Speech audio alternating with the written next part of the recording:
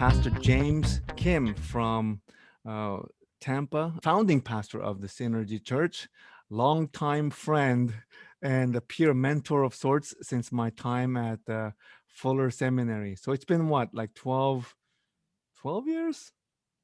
Yeah. It has been. Okay. 11 to 12 years since we've known each other. So please welcome. Although I feel that it's been much longer than that, to be honest. Yeah. Especially from the same. Well, we share kind of a related background, having grown up in Latin America, Right. although it was different countries. Yeah, that's I think where we find the connection, because Yeah. we do in our ways, we do kind of gravitate towards those who are kind of similar, to meet with you in seminary and to kind of see that, hey, there's somebody else that has similar background, and you have a lot of other compelling things about your past that I share too. So when you share your testimony, I immediately connected and I said, hey, I'm gonna have to follow this man along in the journey. He's gonna leave some nuggets of wisdom. I remember um, we kind of started something. You were making arrangements at the Knightsbridge Theater. We had the gathering. It was a space supposed to be shared with unbelievers, where we would be able to invite our unbelieving friends, and then just choose like a TED topic, kind of like a topic, and then expound on how Christians view it, and then create a space for dialogue. I thought that was a like an intriguing, very promising start. Cool. I was like, wow, this man really does think outside of the box. It wasn't just a theater, but you actually rented out a space called Tropico de Nopales or something like that. Was it? It was It was an in art the gallery. yeah. I just love that venue, like the theater and the art gallery. How many did we have up to that point where you had to leave? The gatherings, if I remember correctly, we only did maybe about 3 or 4 of them. Was it It was four? Yeah. right after I came back from Scotland, St. Andrews, and was back in Los Angeles at that time, and then gotten back in touch with you and Yeah. Right. try to put something up together again. There was Pastor John Song also from ANC out in, where was it, Rancho Cucamonga, right? And actually, the gathering, the really important thing was it wasn't just about me. It was several local ministries, pastors. My good friend Jason Veracruz from the Filipino church, who I'd met because he was a drummer, and we did some praise and worship in the past many, many times. So it was a gathering of all these connections that you get over the years, friends and people who are passionate about Jesus, who feel a call to ministry. And so, yeah, really enjoyed it, that Yeah. time I spent there.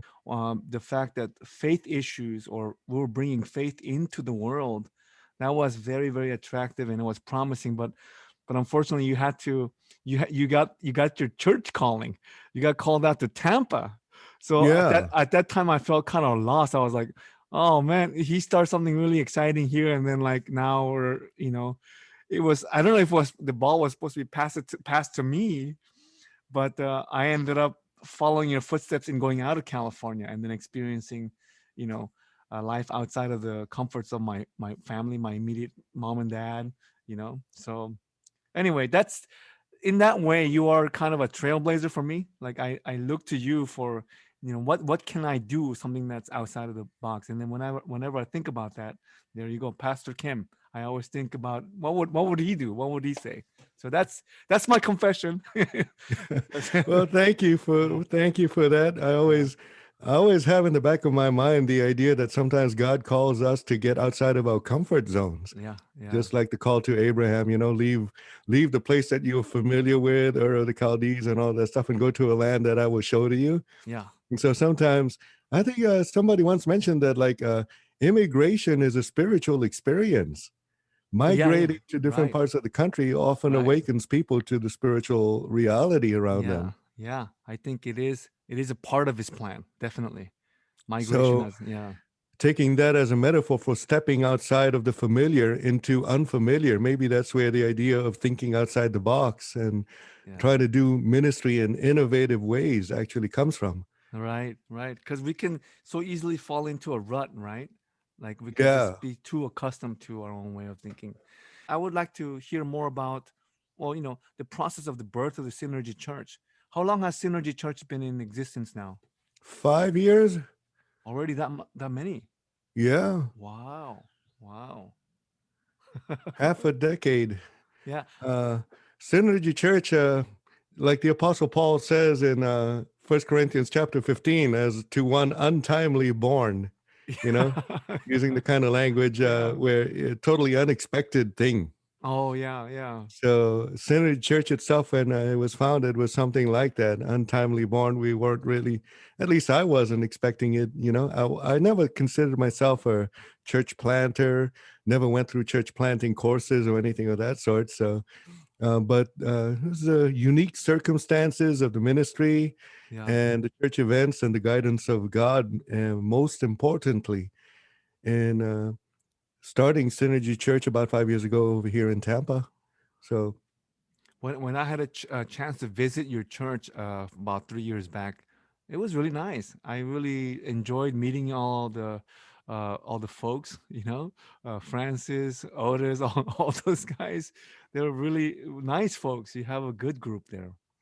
they're truly genuine, Yeah, wonderful people. yeah, I love them. They're my church family. We, yeah, we continue to be faithful to the calling in the midst of the last year, 2020, which has been very difficult for a lot of churches, including ours too. yeah. Actually, I see overwhelmingly a lot of pastors coming up with very creative output now that I had not seen before. When you go on Facebook, there's pastors that are doing daily devotionals, daily examine, like these prayer practices, and they kind of, whether people are joining or not, they'll do it and then post themselves doing it. So I wanted to hear your thoughts on this internet and podcasting and the new technology. Well, I remember, I'm old enough to remember way back in the early 90s, was it, when the internet first started becoming very popular. Right. And I remember I was a fan of computer technology all the way back from the late 1980s when I got my first, what was it, a Packard Bell 386 33 megahertz. I was so fascinated by the stuff that you could do on the computers. Right. And then the internet came out a little bit later. But I do remember that Bill Gates, back when the internet was first starting, well, he didn't think much of it at all.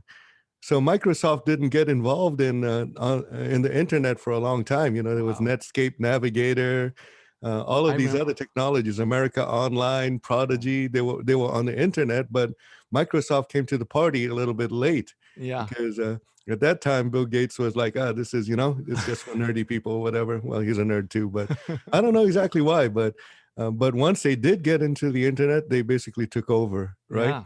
I changed the But world. back in the day when America Online, you remember that AOL, and you had AOL. that Yeah. modem, Yeah. bzz, bzz, bzz, bzz, bzz, all that sound to connect to the Yeah. internet. Well, I used to be on America Online back then, and I would spend hours and hours of my day in these Wow. chat rooms Wow. arguing religion with people. It was actually really, really funny, Wow.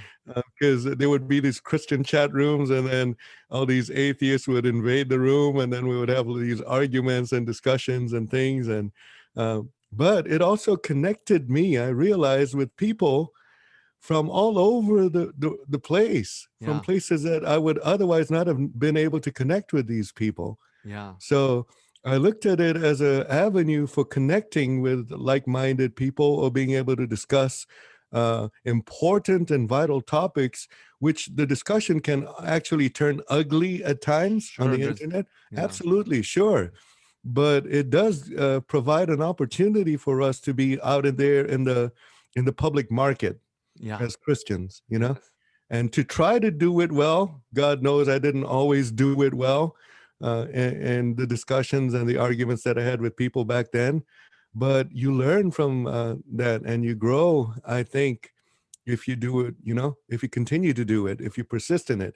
So that was the early internet at that point. And then chat room technologies develop into other things, and now with the technology exponentially grew in our generation, in our time, Yeah. so that now in 2021 we're doing live streaming services. Facebook is open to a lot of pastors to do things. YouTube channels like your channel on YouTube, it's just it's a fantastic way for us to avail ourselves of the technology that we have now. I Yeah. remember a long time ago when I went to visit Los Angeles, and one of my former church members, Phil Hahn, and I Yeah, had yeah, yeah. lunch. And then He's a when we were pastor having now. lunch, he turned to me and said, Yeah. "I remember a sermon you preached a long time ago at that church where we were together, where you Yeah. said if the Apostle Paul were alive today, he would be all over the internet." Yeah. You're Now, absolutely I right. don't remember me preaching that sermon, but he did. So, Yeah. I think you're absolutely right. I think when you're discussing these things with people all over the world, you are using internet exactly how it was supposed to be used. I mean, if God allowed this to happen in His sovereignty, I think that was a major vehicle to uh, usher in the end a little sooner than we can think. Because we could think it's been 2,000 years. Why not another thousand? But with the technology, it's a game changer. It really does bring in that expectation much closer, especially yeah, coronavirus. we have Yeah. such an opportunity that Yeah. is made available to us. In First Corinthians chapter 16, at the very closing of the letter, Yes. Paul speaks about his travel plans. I plan to go to Macedonia, to this place. He was riding a donkey.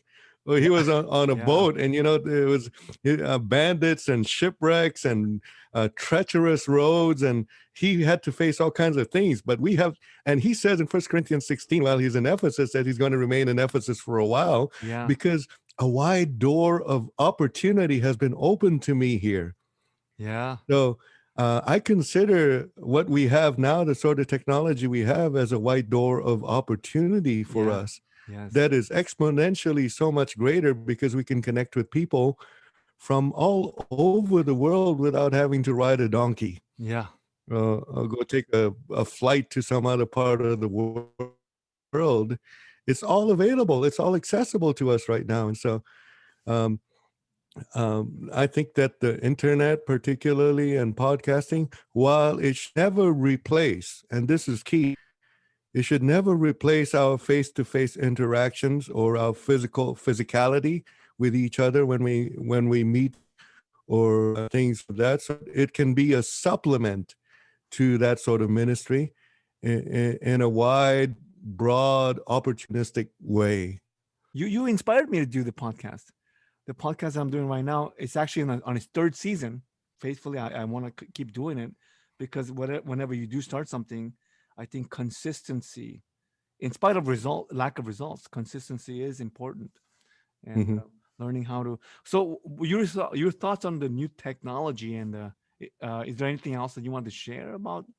Uh, Well, yeah, in terms of this sort of artificial virtual environment and yeah. doing ministry in it, um, the key for me is that it should never actually replace actual church.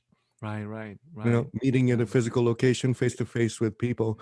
And I think about pioneers in the past also, whenever there's been new technology like radio. Yeah. In fact, even Fuller Theological Seminary is named after Fuller, right? Yeah. Who Charles Fuller. Yeah. did a radio ministry, Right. because at that point, radio was new technology for them. And so radio, and then you got television, you had those televangelists.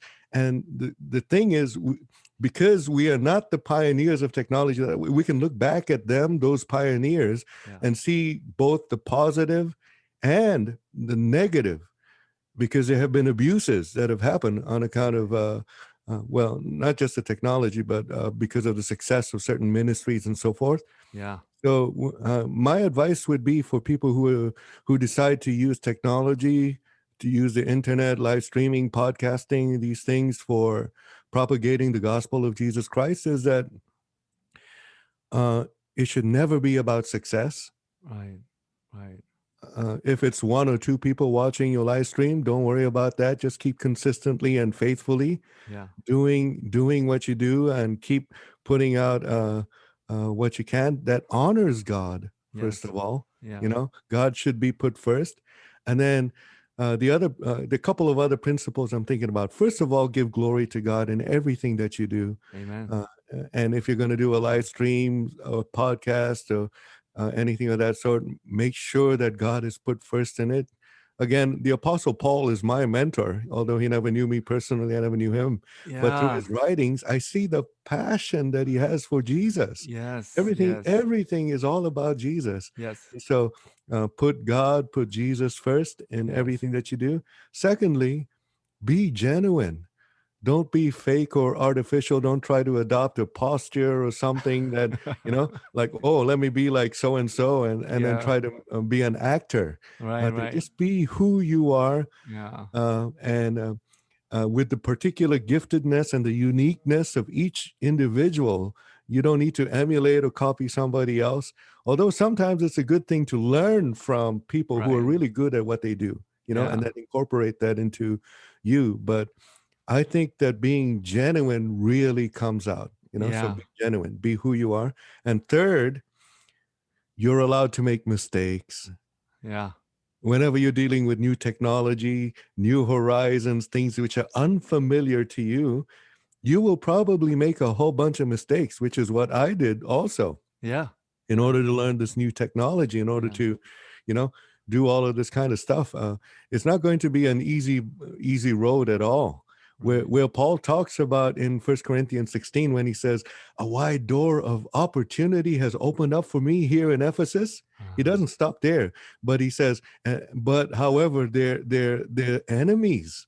They're people who are going to try to prevent that from happening. Yeah. So whenever there is this sort of thing, it's okay for you to, uh, you know, to avail yourself of the opportunity, but to continue on doing it faithfully and Yeah. faithfully do it. So I, those are my three pieces of advice. I'm Put so God first, yeah. be genuine, and make mistakes. I'm so glad that you mentioned that Paul is your mentor because we just recently finished the book of Acts together at our church. And I feel the same way. Like I got to know Paul much better through the book of Acts. Right now we're going through Second Timothy, and I'm really appreciating the career that Paul had as an apostle. And um, I think you're right. He would have been all over the internet, and this would have been a brand new opportunity for him. And he would have probably, like when in prison in house arrest, if he had Yeah. internet, he would have been like he would have been podcasting all the time, most likely. Now, I would like to hear a little bit more about this prison chaplaincy that you've been doing for like the last couple of years now, right? It's been Yeah. yeah, Well, I'm into my second year of prison chaplaincy. I never expected it to go that route. But of course, once you start a church, a lot of times you start small. We started yeah, with a group of about 30 people, and we didn't quite grow from there. So initially, when I started Synergy Church, I decided the first 6 months of the church I wouldn't even take a salary or any sort of pay out of it, mm, just to help the church to grow. And so I was supplementing income by doing other activities such as Uber driving, yeah, or whichever other ways that you can. It's almost like Paul being the tent maker. yeah. So for a lot of people who church plant, you have to be bivocational. It's Yeah, just the nature of the that's game, that's right. right?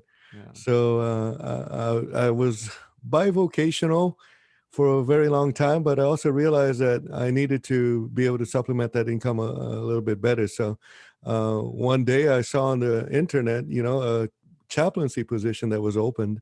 I thought, hey, that might be a very cool thing to do. It's a form of ministry also, yeah, although I've never done chaplaincy before in the past. And I can continue to do the church at the same time. And so I applied for it. And I've been doing prison chaplaincy for about a year and a half now. yeah.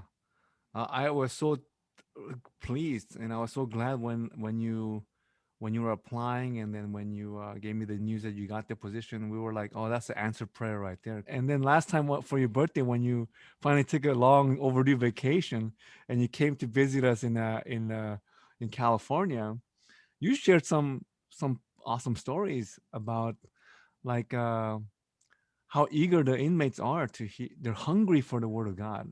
And that to Yeah. me was like, oh man, why is it only why are people only hungry in jail? Why aren't they hungry out here? I mean, I'm sure it's very difficult. You mentioned there's a lot of things you have to keep your head up at all times, but I know that the rewards that you're experiencing is already pretty bountiful. Yeah.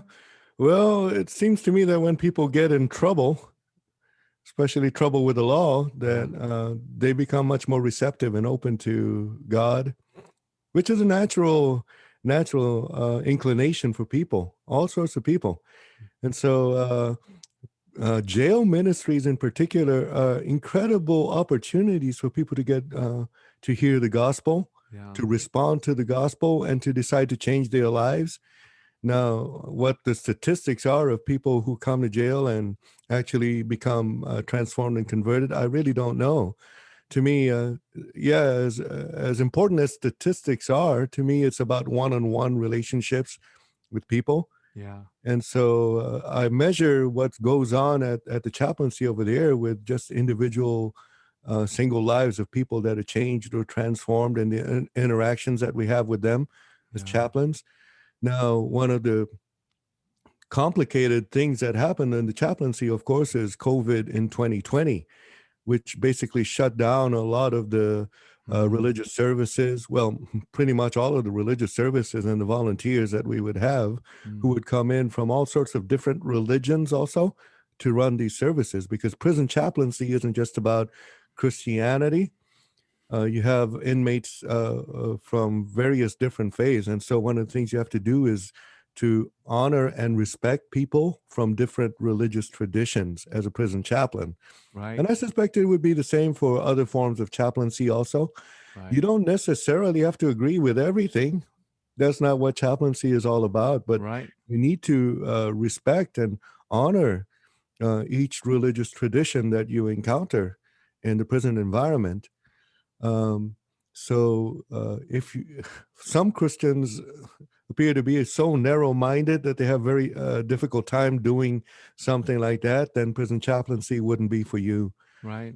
Or Right. maybe chaplaincy in general. Would hospital chaplaincy, they do have the same kind of thing. They have same policy. Yeah, I remember when I was my last quarter at Fuller, I interned as hospice chaplain for one quarter, and I remember I was taught to not proselytize, to not evangelize when you, because I mean I'm thinking this is like I'm thinking at the very base level thought.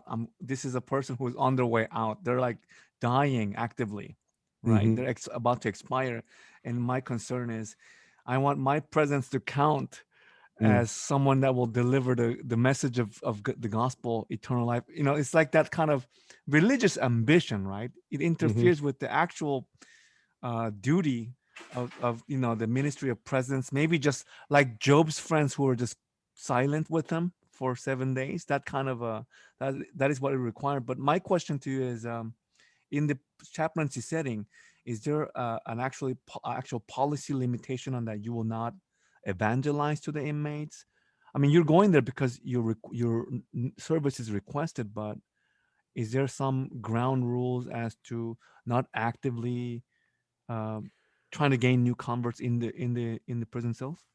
Well, the way that it works in prison chaplaincy is, I think that's just it doesn't quite happen that way, because what happens in prison chaplaincy is the inmates are the ones who are reaching out to That's right. you Right. Right. or signing up for religious services or something Right. like that. So it's not Right. about proselytizing people who are non-Christians. Right. It's people who already adhere to a particular faith or religion Right. signing up for services. They got themselves into trouble big time with the law. By the Yeah. way, Christians do get themselves in trouble with the law, Right. right? And end up in Right. those kinds of environments. And so Yeah. they reach out to the chaplaincy. And so it's not me reaching out to them in particular. It's them, hey, I'm in trouble here. I got myself Mm. in a big mess. I need some help, chaplain. And they're hollering out for the chaplains to come and visit with them. So at that point, we go, and there's, of course, wisdom in how you deal with each and every individual situation, because Yeah. each person's story is unique and different. Yeah. And so Yeah. a reliance on the Holy Spirit to give you wisdom and sometimes even supernatural insight into the particular circumstances that a person is going through, Yeah. and a reliance on the Spirit to give you the proper words to speak Yes. to a person who is going through perhaps the darkest moments of their lives. Is there anything that you've discovered about yourself? Like you've only been doing it for a couple of years now, but Mhm. in the process, have you realized something about yourself? Wow, maybe this is kind of like my calling. Did you feel that? Well, not in particular, Okay. not something that just particularly stands out like that. But has there been personal growth for myself? You betcha. Yeah. It has actually emboldened me quite a bit more Yeah. to be able to speak words. So it might actually be the opposite of that sort of a hospital policy where, Right. you have to clam up and shut up about Jesus in in chaplaincy. Yeah. For me, like I told you before, it's all about Jesus. And so, Yeah. of course, if somebody from a different faith requires chaplaincy visits or something, I'm wise about that. I don't need to try to force my faith on top of somebody else. But if somebody is coming to me from a Christian background or is curious about Christianity, which by the way happens, Okay. because I've had incidents where an inmate would come to me and say, "Hey, I tried this particular faith and I was really trying it, but it really doesn't work for me. Right. What about Christianity?" Some inmates will come and ask you things like that, and when you get that, you get the prompting from the Spirit to speak certain words to them Yeah. Yeah. about Jesus at that point. And so that's quite okay. Um, I live for those moments, you know. Again, the Apostle Paul sitting in prison, Yeah. Silas and Timothy in Philippi, and they're emboldened in that environment, right? What are they doing? They're singing songs in the middle of the night and praising God. In jail. Yeah, in jail. Yeah. So it did teach me to be very bold about my faith, but in a very wise way also. Yeah. In an Right. Right. environment where there are multiple Yeah. different religions. Of course, Paul, like on Athens, Mars Hill, speaks about, hey, you have this little idol out there to the unknown God. Let me Yeah. speak to you Yeah. all about that also. Yeah. So there is that kind of a thing, which otherwise I don't think I would have had so ingrained in me if I hadn't done prison chaplaincies and continue to do so, of course. Another one of those things that you always challenge me with is engaging culture.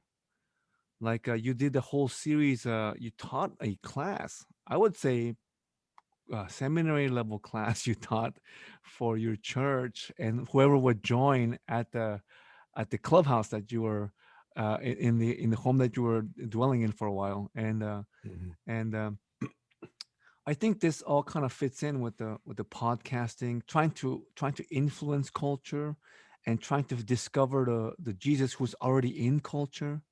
To me, that's really interesting when we reveal Jesus who's already in culture, and I want to actually speak into that. Like you have a wide breadth of cultural knowledge, especially popular culture, and what's going on in media. Any comment on that?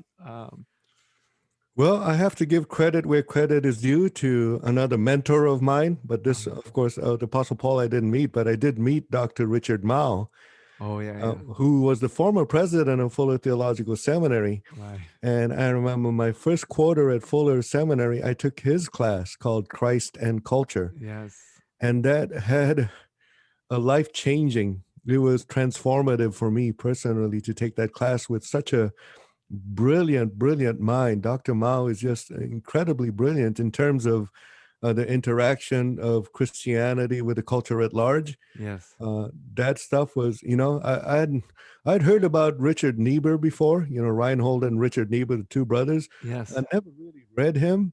So to go through that Christ and Culture class reading what is basically a classic now, Christ and Culture, the Richard Niebuhr book, Yeah. which some people consider outdated now, of course. But it opened the door to this incredible engagement that in Christian seminaries Yeah. about how to engage culture at large. Yeah. So I am fully indebted to Dr. Richard Mao for my perspective on culture now and how that has changed.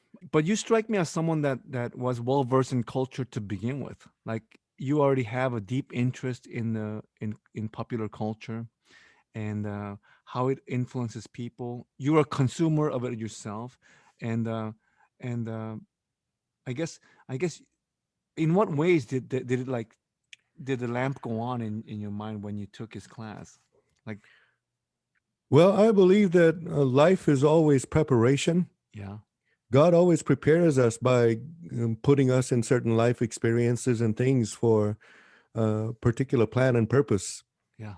And so, in my own life experience, having been born in Korea, of course, but never lived there, I was about a month old when my family moved out and then spent 8 years in Uganda, Africa, and then 10 years in Sao Paulo, Brazil, before coming to America Yeah. when I was just about turning 18 years old. And having traveled, even during those 18 years of traveling the world from Africa to South America, also Yeah. being able to travel to India, uh, Southeast Asia, Egypt, Italy, France, Switzerland, England, all of these places, and being so exposed to Right. different cultures. Right. Right. To me, that was just preparation. Yeah. Your It was father. preparation for something that God plans to do, and not just in my life, but in the sort of ministry that He was preparing me for. So therefore you have the wide angle kind of wide breadth look at the whole scope of the world and how things turn. I think that your father had something to do with it when Yeah, you I remember one of your testimonies you said he just took the whole family and then just everywhere you traveled and he wanted to kind of educate you. I mean that I think that was the purpose of your dad, right? yeah. When I Yeah. was a little kid, of course, I didn't understand why. Yeah. After he had his car accident and became paralyzed, you would think that he would just settle down somewhere and stop moving. Yeah. But instead, he took us on a global tour, took us all across the world. Yeah. At the age, how old was I? Like seven, Yeah. 8 years old, 8, 9 years old, around there. Yeah. Right. So he showed us every part of the world as much as he could. Yeah. And I think that that was on purpose, intentionally. I didn't know back then why. Yeah. But I think, of course, I don't know what my dad was thinking. I think that he was thinking he wanted to give me and my brother Yeah. a global education. It's almost like Samuel Clemens, better known as Mark Twain, Yeah. who was this famous writer. And then, of course, Samuel he went on a global Langhorne. tour. He Yes. went on a global tour, traveled the world, talking and speaking and engaging in the world. And then when he came back, I remember this quote that he said, where travel is the greatest cure to bigotry. Oh, he opened his mind up quite a lot Yeah, then. Yeah. traveling does that. Yeah. There's something about travel. Like we initially began this podcast talking about Abraham and his call to Right. leave Ur of the Chaldees and go travel, go to the land which it opens your mind in ways that are hitherto unprecedented. Yes. Now, of course, there are benefits to growing up in one particular place all your life because you know everybody, you have your lifelong friendships and things. Whereas when you're traveling, those things you learn to you are forced to cut ties. Yeah. And so I Yeah. miss people. I still have recollections and memories of friendships and personal relationships that unfortunately got broken or because of the travel. Right. Right.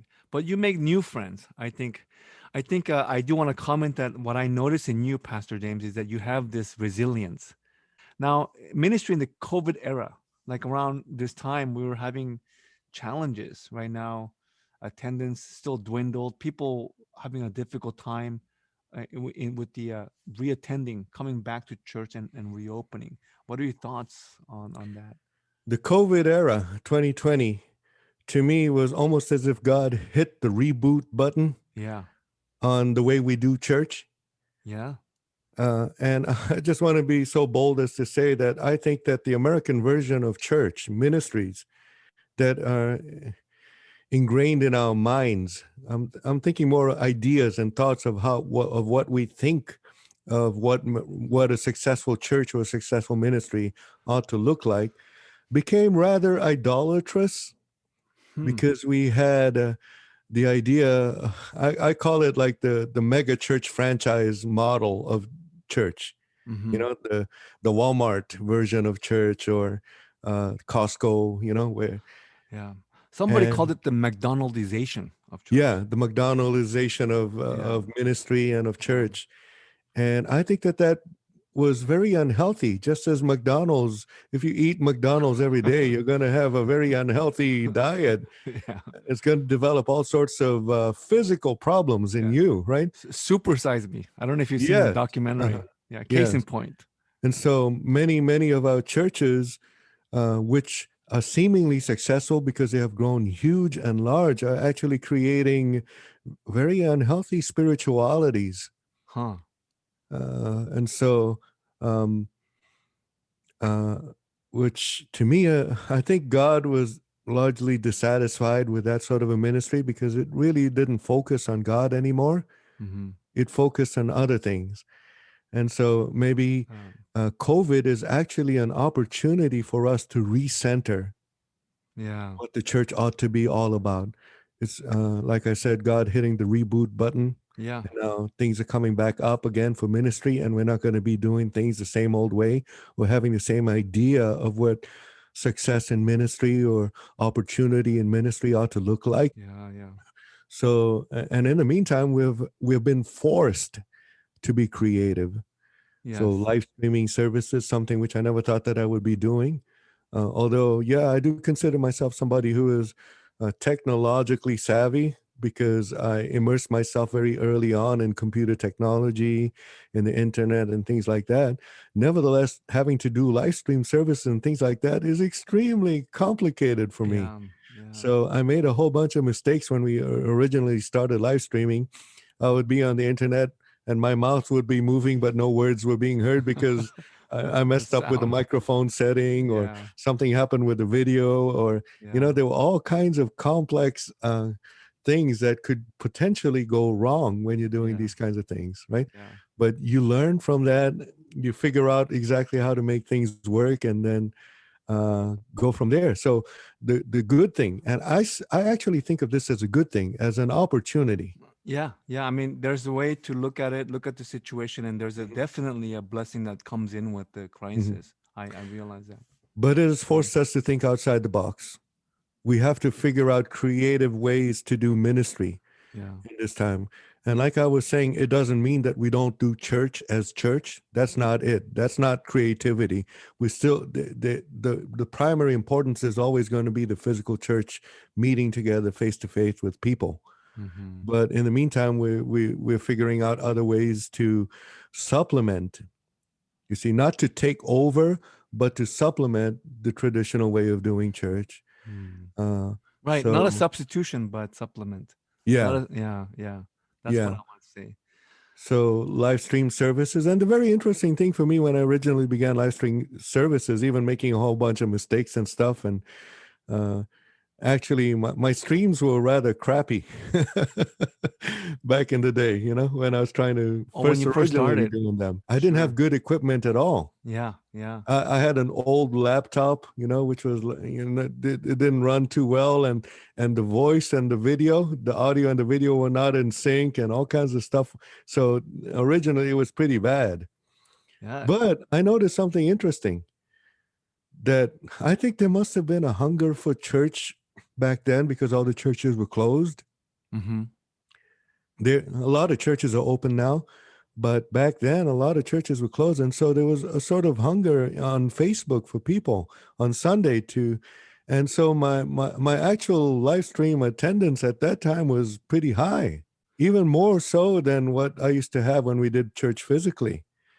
So that was a pretty interesting trend, and it was rather encouraging to me to continue doing it. Yeah, Yeah, I think back then it was pretty high, but it has gradually tapered off a little bit as people go back to physical church, which is a good thing. yeah, You know?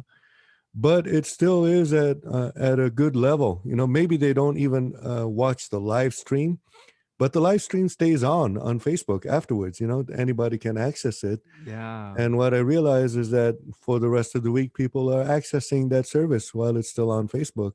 Mhm. That is a benefit. But I'm wondering also, um, could the when you're joining an event live, and you had to have been there to really count it as a Sunday worship service, versus like going back to the archive and then trying to, I mean, is there a reduction in that sense when we do that? Yeah, There is, absolutely. right? You're right about that. Yeah. This to me is actually a spiritual event, Pastor Charlie. Like us doing this. Yeah, Yeah. I Uh-huh. think so deeply. So yeah, it is. Yeah. There is every guest that I've interviewed afterwards. I asked them, it was fun. It was a like an enjoyable experience. And Yeah. I think that you know there is I a enjoy watching your podcasts. you I certainly you and do. like two other people. Yeah. Uh-huh. But again, Yeah, it's not about that, yeah. you know. Well, thank It's you. I about appreciate it. yeah. Very cool to see young people, especially a new generation of people Yeah, who are so much more technologically savvy than me and Pastor Charlie here, going out on the internet and doing these kinds of things. I see, for example, on Facebook just the other day, somebody who I've never met personally, but is in the Philippines, is a follower of Jesus in the Philippines, was putting out these little videos on Facebook, and it was so encouraging. And he shot me a message, by the way, saying that how he watches me on Facebook, and yeah, it inspired him to do that. And that yeah. just is like, wow. Just randomly. Yeah. Well, Wow. we kind of did communicate a little bit in the past before, Okay. although I don't know him personally Okay. because Okay. I've never been to the Philippines. Maybe someday I should be able to go over there. That would be fantastic. Yeah. Yeah. Um, you're kind of like an older brother in this sense. Like, I didn't think about doing this before, but because you're doing it, I go, well, maybe I should give it a try. This is you know, and hopefully it will bear a lot of fruit. Amen. Um, Well, I think I would just like to encourage pastors at this time during the COVID era. yeah. I would like to encourage them to continue to faithfully do their ministries in creative ways, whichever way they have to maybe indeed think outside of the box of how to continue to propagate the gospel of Jesus Christ out there to the world in times where, especially in California, I know churches have had a very difficult time being able to meet physically. So, uh, and I want to gravitate back to the book of Acts, maybe, Yeah. where there's this little theme that I'm grasping from the book of Acts, which I think would be very helpful for us currently undergoing what's happening out there in the world with COVID and the churches having a difficult time doing church, where, it seems to me there's this counterintuitive notion in the book of Acts where the church thrives when it is being persecuted. That's right. That's right. So, for example, in Acts chapter 7, we have the story of Stephen, the deacon Stephen, Yes. boldly proclaiming the gospel of Jesus and then being stoned to death. Yes. And then after that, in Acts chapter 8, we have this young man named Saul Yeah. who approved of the execution Yes. of Stephen, gathered all the cloaks as they were stoning him to death. And then it says in Acts chapter 8 that a great persecution against the church Yeah. arose in Jerusalem. And Yes. the result of that persecution was that all these Christians were scattered throughout the regions, Judea and Samaria. They got scattered all over the place. And interestingly enough, in Acts chapter 8, it says, what happened with those people who got scattered? Well, they went about preaching the word. So, in the midst of all of that persecution, what are they doing? They're faithfully preaching the good news of Jesus. And the result of that is that the churches in Acts chapter 16, verse 5, the churches were strengthened in the faith and they increased in numbers daily. Well, this actually is a topic that is gets theological. I mean, one of my favorite things to do with you is talk shop in theology. But um, do you forecast uh, um, some kind of persecution in the United States?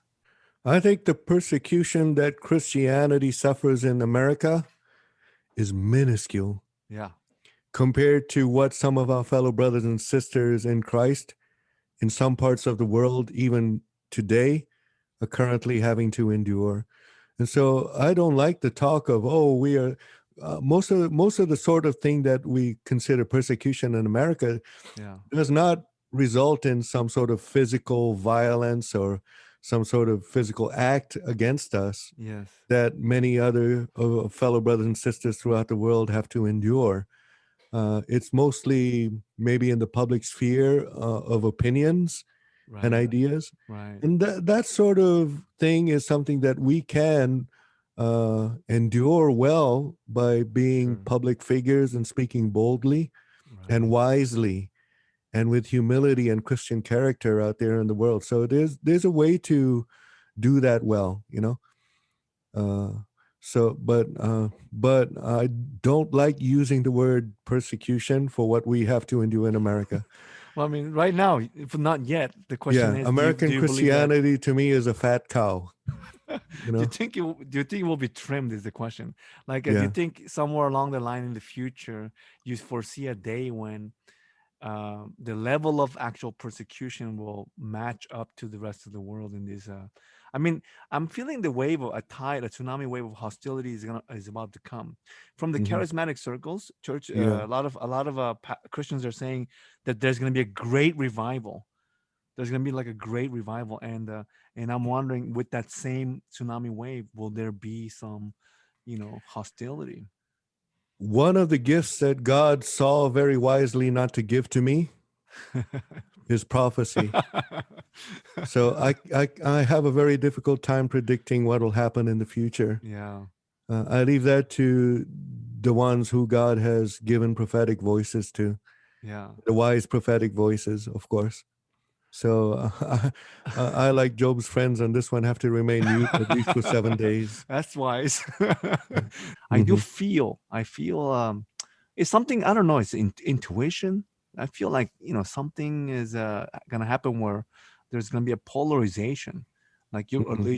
our allegiance will be more and more clear as the situation unfold. I kind of foresee that coming, because it's reading from scripture, really. When I'm reading scripture, and then when I look at the when I look at the world, I feel that passage is feels closer to me than before, Hmm. because of the COVID, because of the so-called racial tension that we experience. Yeah. Yeah, and actually, this is another thing I want to talk about, is your multiculturalism. You because you have a multicultural background, basically. Yeah, sure. Yeah. I would like to plug a movie, What's that? Minari, That's which just it's a recently came Korean out. film. Hey, Yeah. for all of you out there who are interested or curious about culture or Yeah. about people who are different from you and would like to just get a little glimpse, a particular window into somebody else, I would highly encourage you to watch that movie. You know, it's been nominated for 6 Oscars. And when I watched it, I could relate so deeply to it on Wow. various different levels. Wow. Just on the fact that I consider myself sort of a third culture Right. person. Right. Right. We speak of that, especially in immigrant communities or Asian American communities, that we are displaced from our native land, and yet we don't completely fit into the majority culture that we live in, and so we're sort of like uh, we feel like outsiders sometimes from everything, Right. and it's a Right. very, very difficult place to feel. The surprising emotion that I felt watching that Minari movie was actually a deep depression Yeah. within my heart, within me, for some reason or another. That as I related to the movie, because it made me realize that I don't fit, I don't belong. That's something we grew up with. You and Yeah, me. I yeah, grew up with that. Yeah. as immigrant Asians. Yeah. Yeah. So, but as I went through a period of self introspection with that thought of being a third culture person, of being an outsider, I also realized that it is actually a very unique place to be, Yes. and that you don't have to feel ashamed about it in any way, but that it is a valuable thing in itself. Absolutely. And I Yeah. think that that movie kind of led me through those emotions Yeah. of it took me from a high point to a very deep valley of self Wow. introspection, Yeah. and then rising out of that valley again to say, you know what, this is a unique story. It's a unique experience to be somebody who has to travel into the unfamiliar. Yes. Yeah. I mean, So for someone that, I mean, again, talking about culture, you speak into the movies. You are a movie lover, definitely, a yeah, cinemaphile. Yeah. I used to be not so much more nowadays. So Yeah. my taste for movies has It's actually changing. gravitated towards the independent Right. or Right. foreign movies now. Do you know who was the executive producer of Minari? It's a Korean lady, right? And then there's No, Brad Pitt also. it's Brad Pitt. Brad Pitt Yeah. was named as the sole Hmm. executive producer of this film. Yeah. I had similar experience when I was watching this movie. I didn't go that deep as you did, but I felt like personally, I felt like I wanted to brush off the feeling. Like I was annoyed. I was annoyed and troubled by this feeling that I was experiencing as I'm watching this and going, "This is tedious." Like I don't know why and I'm watching with my wife, and Hmm. then after, after I slept on it the next day, Mm.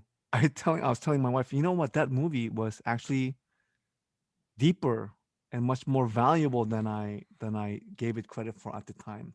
It was Yeah. actually uncovering something, a process inside me.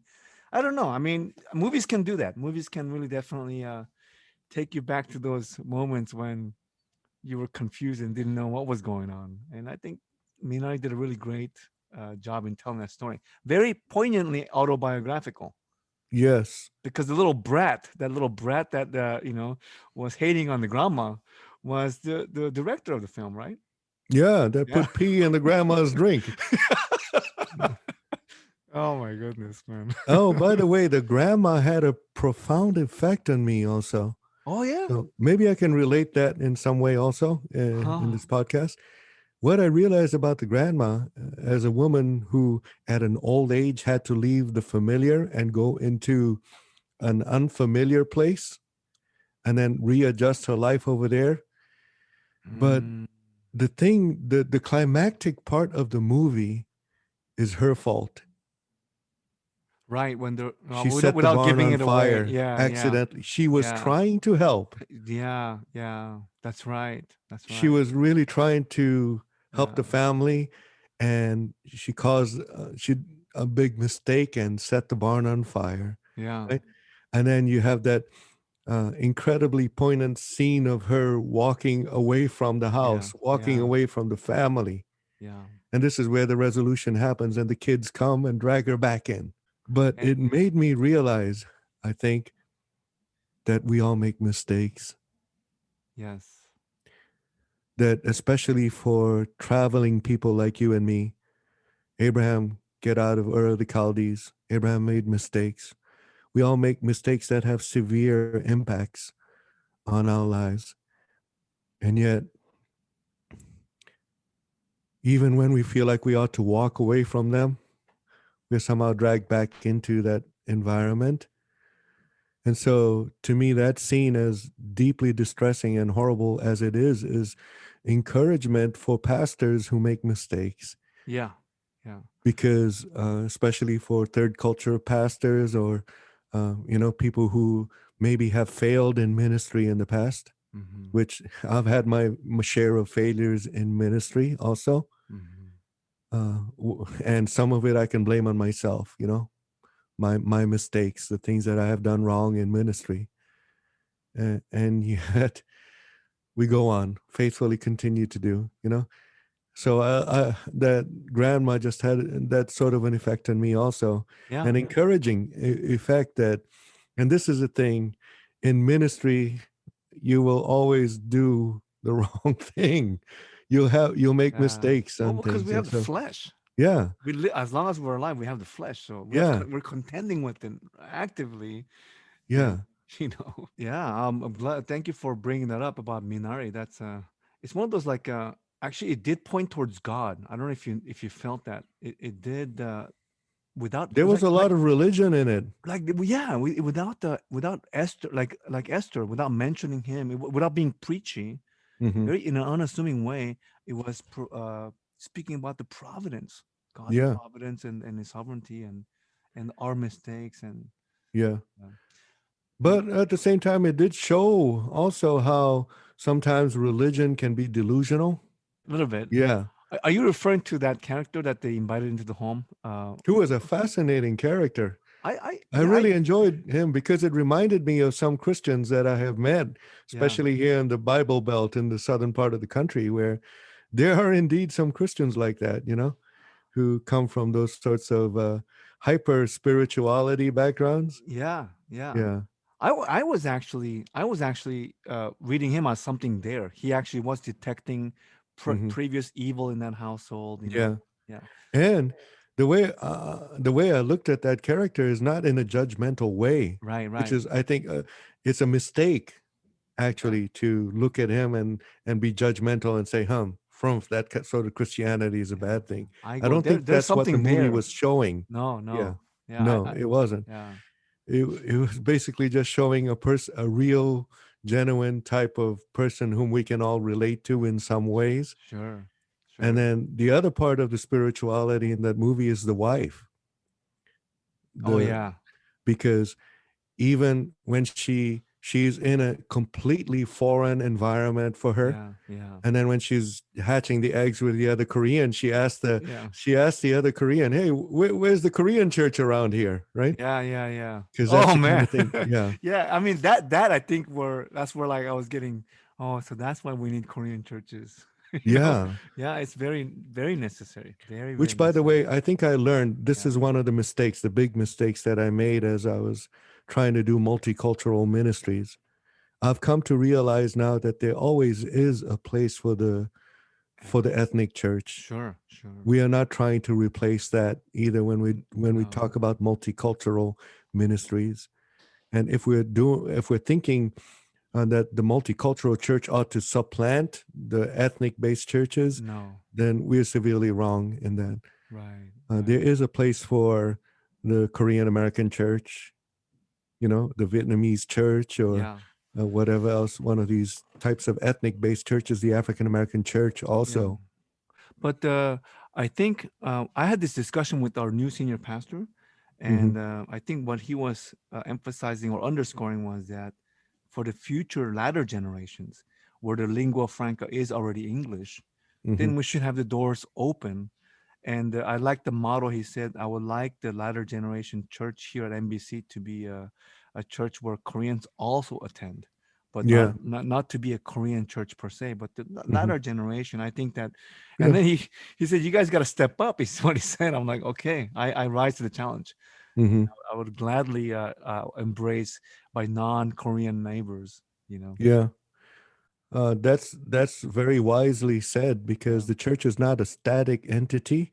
yeah, The Korean American church over time has to change. yeah. It can't remain the same. Right, It has, right. I'll put it this way, it has to be scattered in order to grow. Like Yeah. like a diaspora, like when the persecution happened in Acts, and then they Right. had to Uh-huh. go. Yeah. Okay. So it doesn't necessarily have to be in the same physical building. It might be a scattering that God Yeah. does. But I am still in terms, because it's so complex.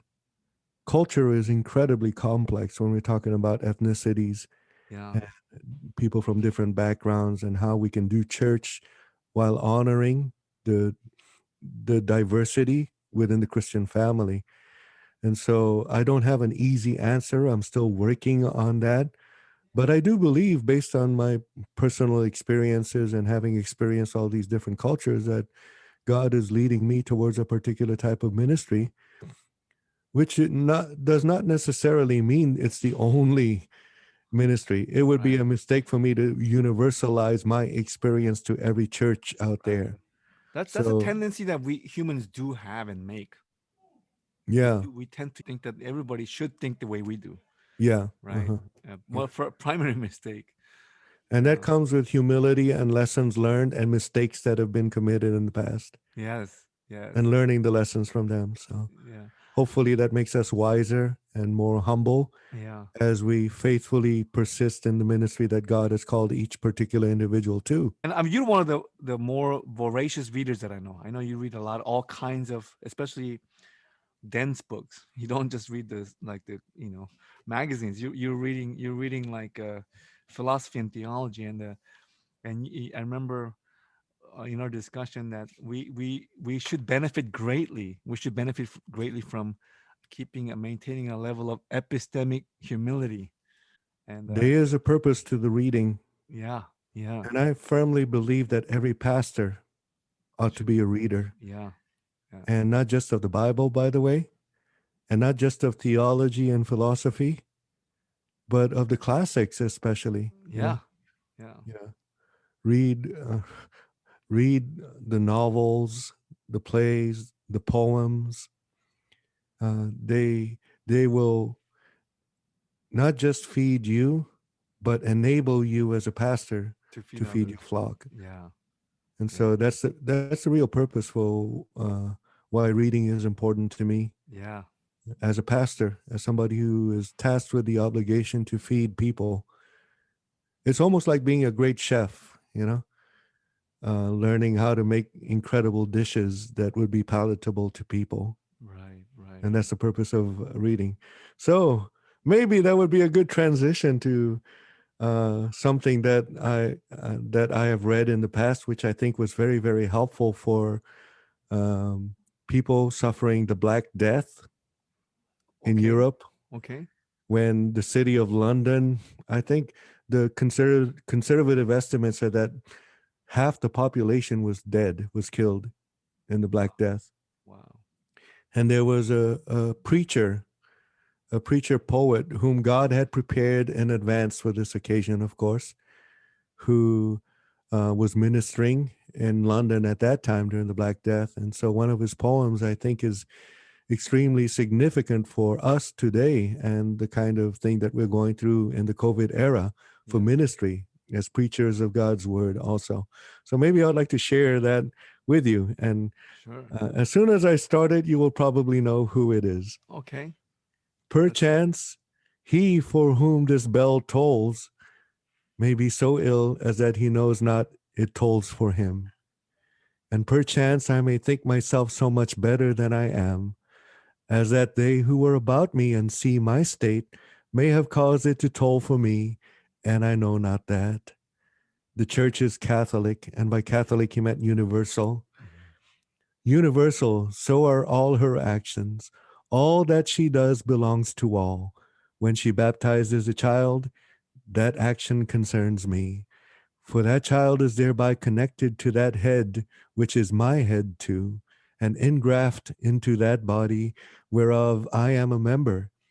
And when she buries a man, that action concerns me. All mankind is of one author and is one volume. When one man dies, one chapter is not torn out of the book, but translated into a better language, and every chapter must be so translated. God employs several translators. Some pieces are translated by age, some by sickness, some by war, some by justice. But God's hand is in every translation, and his hand shall bind up all our scattered leaves again, for that library where every book shall lie open to one another. As therefore the bell that rings to a sermon calls not upon the preacher only, but upon the congregation to come, so this bell calls us all. But how much more me, who am brought so near the door by this sickness? I can't. I don't know who this is. To be honest John with you. Donne, Oh, that was off the top of the my one head. who, the other poem Yeah. he's famous for is Death Be Not Proud. Yeah. Right. Right. See, he Yeah. was he was a preacher who was Yeah. intimately familiar with death in his Yeah. ministry and in his time. He was a preacher. Yeah, I did not know that John Donne was a preacher. yeah, I had AP English and honors English when I was in high school. And yeah. John Donne, I do know, but I didn't recognize this as one of his pieces. We are Literature. losing our classics. I do want to say, however, that I'm not an advocate uh, for high art. Well, so-called high art. When you get to the high art, Yeah, you don't know what's high art these days anymore. I right. mean, I love seriously. popular culture too. Yeah. Yeah. Like we're talking about movies and music and rock and roll and you know. Yeah. So I'm not just a consumer of high culture. Right. although I see and value its place also. But to me, everything is culture, everything. So, Yeah. Yeah. Um, I think as far as time, it's about good time at this point to wrap it up. hmm Um, thank you for being my March guest. Thank you for being a good friend and always reminding me what some important things that sometimes I forget, especially about the humility, about also the love of knowledge. but yeah, it was my pleasure. I really enjoyed it today. Yes, yes, and hopefully we'll be able to do it again. We have when you and me we get together, we have so many topics that we could talk about. It could just run aimless into so many directions. You're one of those guys that I can talk with till the wee hours of the night. Nowadays, I feel the same. I Yeah. don't do the wee hours anymore. I just I want to get to bed by 10, you know. But whenever you and me we talk, it just want to keep going on and on and on. So thank you for agreeing to the podcast. I thank God for you in my life, and blessings to Synergy Church, and blessings to your prison chaplaincy.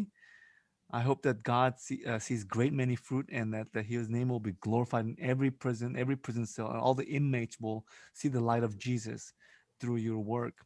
Pastor James, have a really good day, Saturday working out, and in preparation for tomorrow. Thank you very much. Thank you. Have a good one. You too. Bye. Bye.